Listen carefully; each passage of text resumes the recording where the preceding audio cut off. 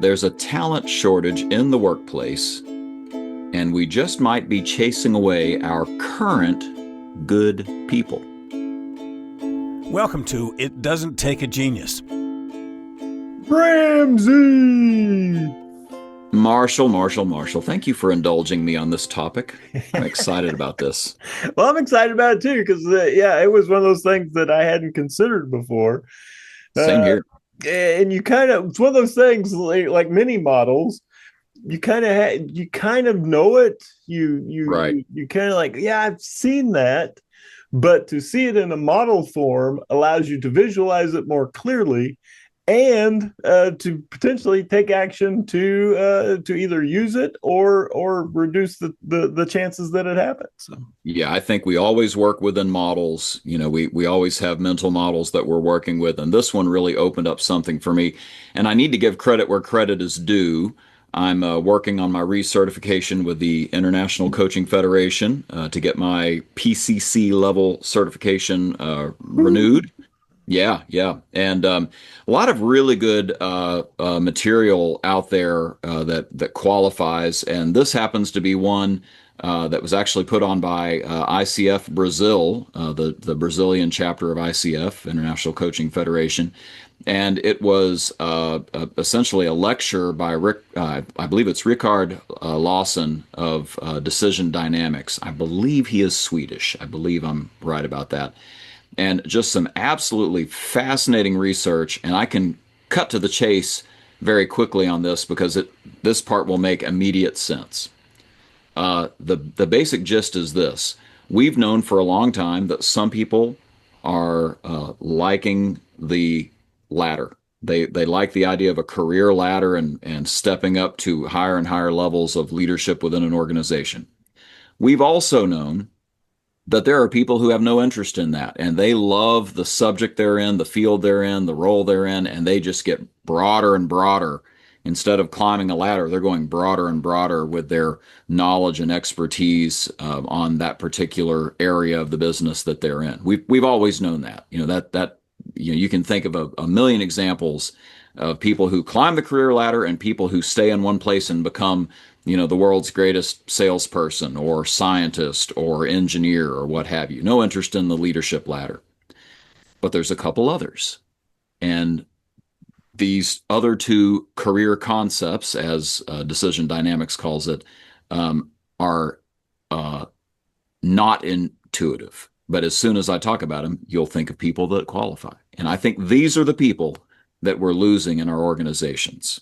So that's what I wanted to talk about today. Oh, yeah. Yeah. And so, we always picture, we even have the word career path. Uh-huh. Right. You've got, he's on a career path. He's on a trajectory. Yep. The guy started in the mailroom. He's worked his way up through sales management. And, now he's a vice president and he'll be president someday. Yep.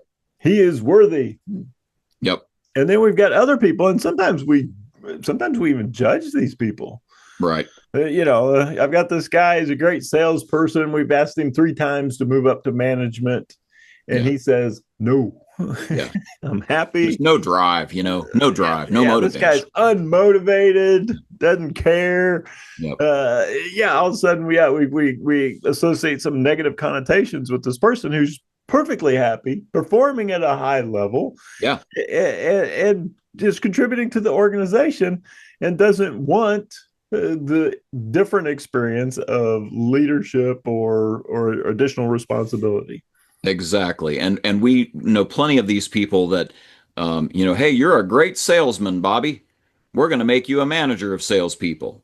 Oh, no. Right. Bobby thinks maybe he wants that. Right. Bobby's like, yeah, I've arrived. I'm climbing the career ladder. And he gets there and says, put me back. Yep. I want to go back to when life was fun. I want to go back to where I didn't have these headaches. I enjoyed selling. I don't enjoy this. This managing people stuff is for the birds. And for their, personality type or however you want to describe it, they're right. Like this is a better fit for them. So we're going to talk about that. Let me go ahead and describe the other two types so that we can make this all sort of make sense. And we'll, of course, provide a link to Decision Dynamics website so you can learn more here. But we've already talked about the expert. That's what Decision Dynamics calls it. In-depth specialization in one area the entire working life, right? They just stay in engineer, they stay in sales, whatever. And we've talked about the person with the linear career path. You mentioned career path. It's a linear career path, right? Upward managerial climb, and probably trying to take the fastest way up, to be honest. That person who, the promotions mean something to them. So we've got the expert, we've got the linear. Here are the two additional. We've got the spiral career path. In other words, they make it up to the chain to a certain point and master a certain field, and they're running a department or a unit or what have you. And then they kind of go, this isn't turning my crank anymore. And they start looking for something more. The fulfillment's not there anymore.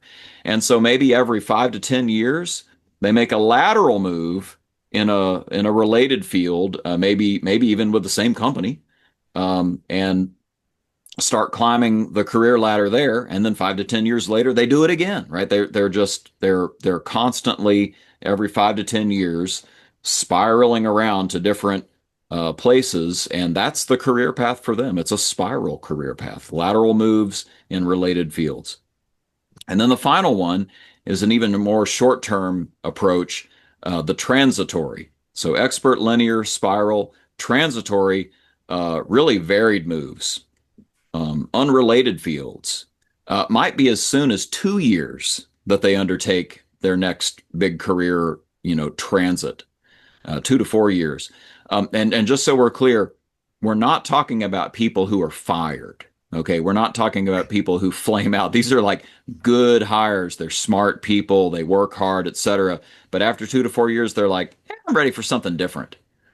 So, I can think of people I know in my own life. I managed a farm. I was a carpenter for a while, and then I went in and became an author. Okay, wow. You can think of a lot of homemakers this way. When they had a job and then they raised kids at home and then they had a different job, but they had all this experience and all these different things they had done, and it was so varied, and they ended up in somewhere else, and they really didn't care about attaining some sort of status with an organization. They were just next 2 to 4 years. What else could I do that's fun? So those are the four paths.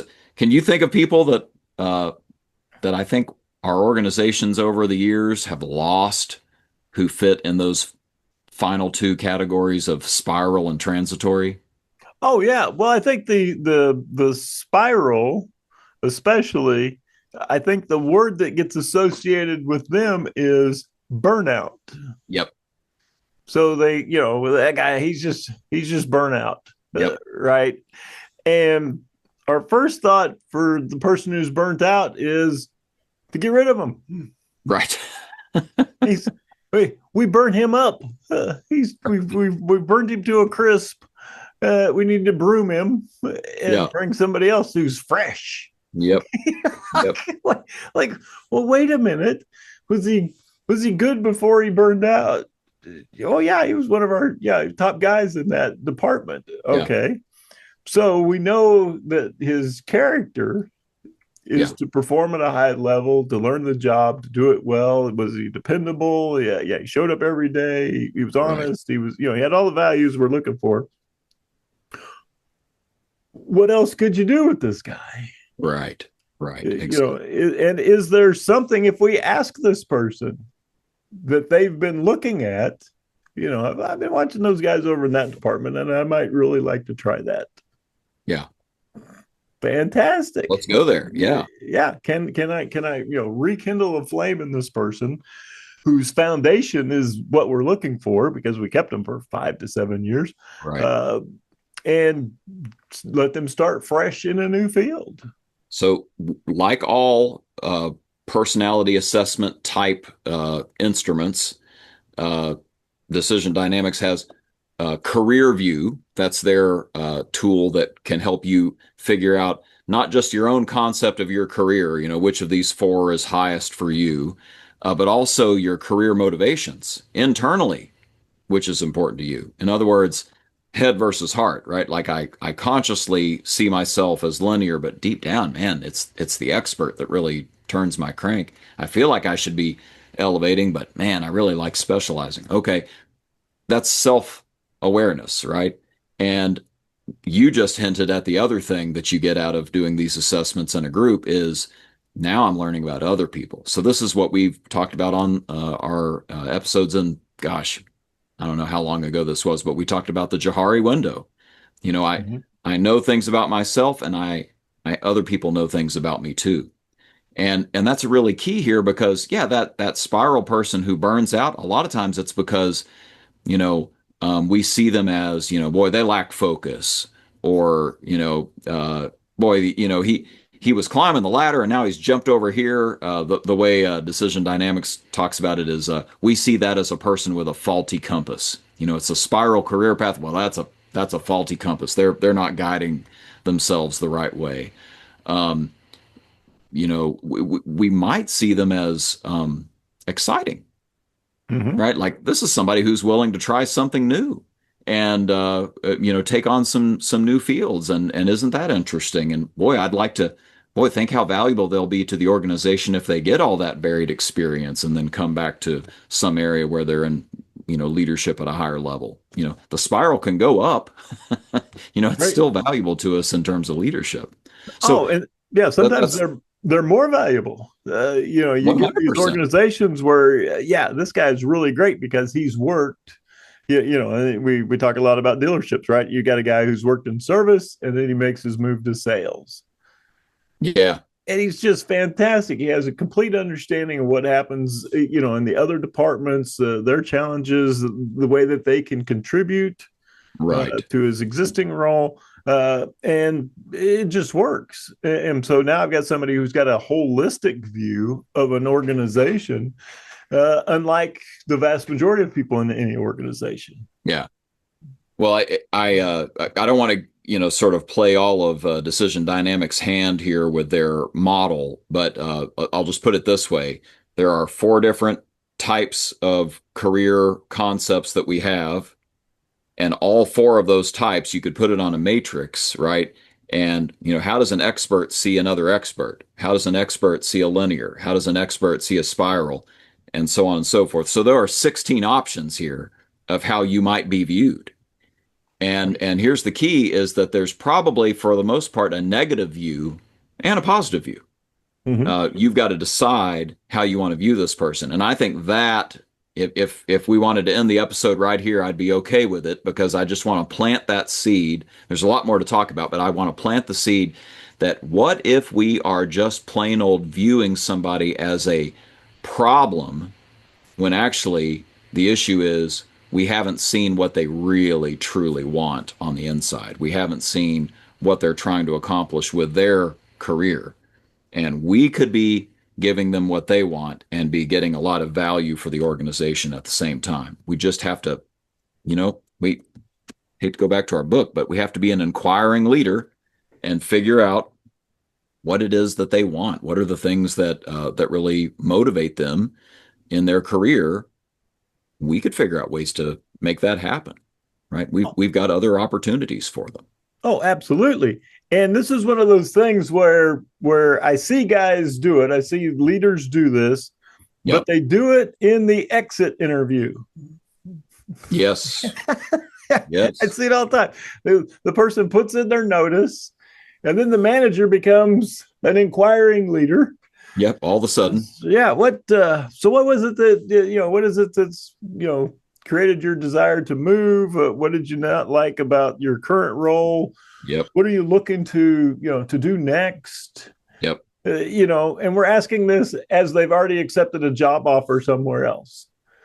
Right. Yeah, Right. it's Too too late. late. We could ask this periodically along anybody's tenure at our location. So yeah, how's it going where you're at? So what do you where the whole where do you see yourself in 2 to 3 years? Totally. Totally. And What? No. Yeah, and if you play that out, like we could go ahead and help them map out a career path, right? It doesn't have to be a linear career path. It could be like what's next for you? What's the next thing that would be, engaging for you, right? We'd like to engage our employees. This is a way to engage them. Um, so one of the phrases that Decision Dynamics uses, and this is, I can see how this could become um, a laughing stock. But if you use it genuinely, it's a big deal. Let's say we push somebody up the ladder and it doesn't work out. It might be that it doesn't work out not because they don't have the horsepower, it's because their motivations are gone, right? The things that turn their crank are not present. They don't get to they don't get to flex those strengths that they're used to flexing, and it's a different set of things that they'll have to develop, right? And they could develop, but might take effort that they don't want to place. It might take more effort than is worth, etc. So so maybe you need to demote that person. Well, we've got to stop calling it that, right? Because the connotation is so bad. Like they failed. I mean, what we're saying is they failed. Well, no, maybe we failed in recognizing what it is that motivates them and would make them even want to do the gig. So let's return them to success. That's the phrase. So the idea that, there are very different success requirements at the different levels in an organization, and you know, you just because you have a really strong salesperson, they perform really well at this level, doesn't automatically make them a manager. And so instead of demoting them because they failed at management, what we're really saying is, oh, that wasn't a good fit for the things that, are required at that level. Your motivations are more in line with a specialist, with an expert. So Mm-hmm. let's return you to that so you can continue to be successful for the organization. No harm, no foul. Oh yeah, yeah, and we see those folks, and if the organization is up for that, they're very happy. Yes. I was miserable here. I've returned back to the place that I truly enjoy. I'm good at it, and it comes natural to me now, and I couldn't be happier. And so, what comes with that is the pay plan, though, right? We've got to talk about the pay plan. And Larson's idea, and I think or excuse me, Lawson's idea, and I think it's a good one, is maybe the pay doesn't increase as soon as you get the title. Mm-hmm. We knew you were successful here, and you were paid, to reward you for that. You earned that. Let's put you into this role, see what happens, and give you some time to have success here. So the pay raise comes with success here. If there's not success here, hey, would you like to go back to this position? Let's return you to where you've been successful. And that it sort of plays itself out instead of people having the money issue tied to that. That oh no, I don't perform at this level. Well, it's because you don't even like this level. It's not a good fit for you. Mm-hmm. So it's not a demotion. We're returning you to where you're successful. Oh yeah.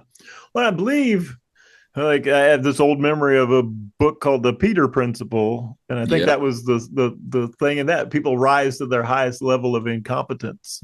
That that actually was mentioned by Lawson in the talk. Okay. Was this is the Peter principle for motivation. You rise to the level of your motivation. Yes. Motivation isn't there, let's take you out of there. Well, and we've seen organizations that do this as a condition of employment. Yep. If you look at some OEMs that we've worked with, Oh, standard operating procedure every 2 years, you are going to not just change roles, you're going to change departments. yep. We've seen guys go from marketing to parts. Yep. We've seen guys go from sales to finance. I mean, it's Yep. just, yeah, yeah. And so every 2 years you're going to move. And so, you can't even take that job without knowing that this is the transitory path that they have built into the organization. Yeah, I really hate talking about that subject because I've seen people who, I mean, it's beyond burnout, right? Like this has hurt their families, the Mm-hmm. transitory nature. This has put them into places where they are just absolutely miserable and they know they have to grind it out for 2 to 4 years and live in a place they don't want to live and so on and so forth. I get it. You know, the ability for an ultimate leader to be well-rounded, absolutely. But if you've got somebody who's really good and has gotten embedded in good relationships in one area of your business, why do you have to blow that up just because you have this linear career path for people who are in senior leadership?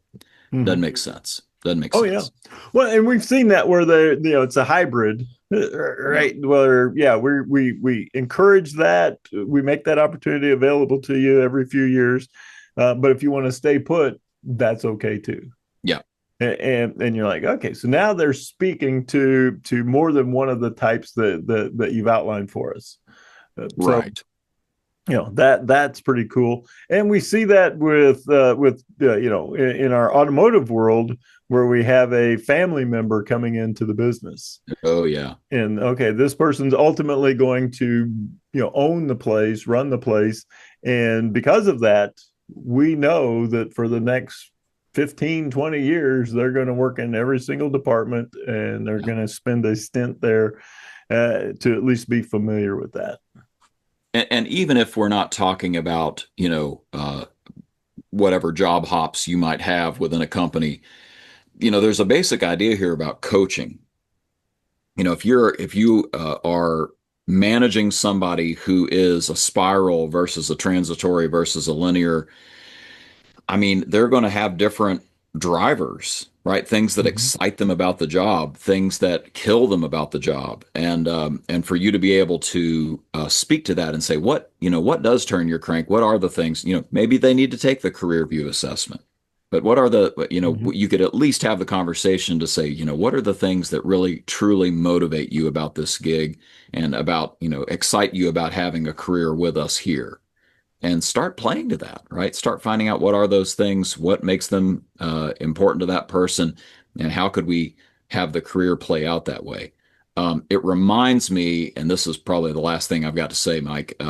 The concept of job crafting that I think came out of some variant of positive psychology, I believe. Mm-hmm. But the idea that you know I've got a job, it's not that I'm going to change my responsibilities because that's set by the employer, but I'm going to craft it in a way that it addresses the things that are my strengths and my needs. So I think the example I've seen given is people working in a call center, and the call center was in California, and so they started thinking of their scripts that they were using, for their phone calls that they had to get through on a tech support issue or whatever it was as scripts. These were opportunities for aspiring actors to get some practice at really digging into a role and how would I deliver these lines and what would make me present in this moment. And hey, turns out that completely worked for the call center to get what they could out of these people, but these people are going to be transitory, right? They want to be actors, they Mm-hmm. want to move into an art role, and so they're not going to stick around at your call center. But what if you got 2 to 4 years of really good work out of a call center guy instead of somebody who is just, you know, disengaged, unengaged, dialing it in? Oh yeah. That's the kind of stuff we're talking about.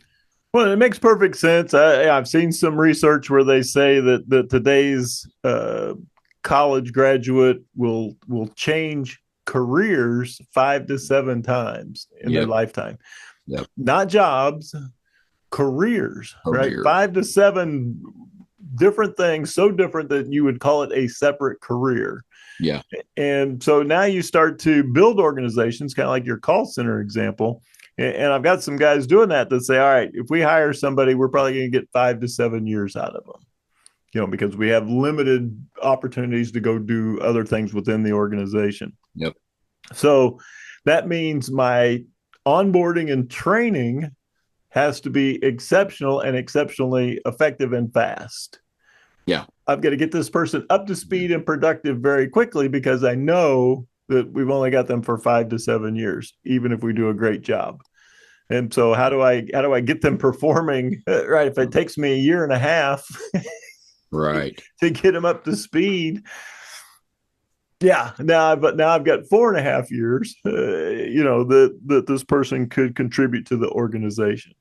Boy, and now you can even further appreciate the organizations that have a digital presence that gives them a reputation before that person hits the door, right? Like it's not just for recruiting good employees, but like for getting them onboarded already. Like they already get the values. You've Mm-hmm. been clear about what you're about, and they like the idea of your culture. And let's move them into that quickly um, to where they're adding value.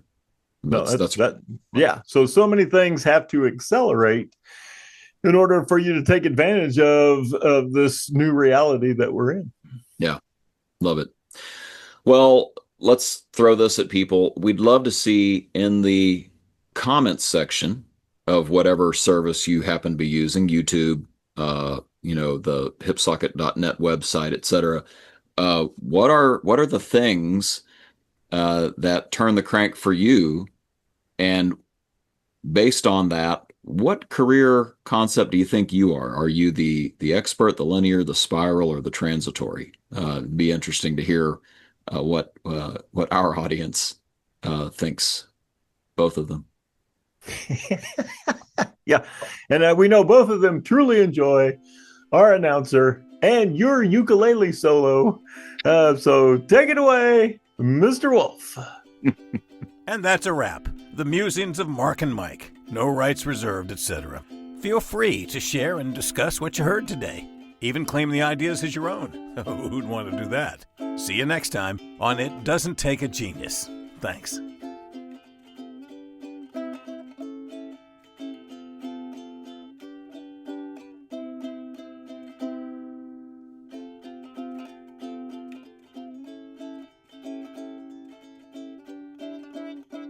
That's good enough.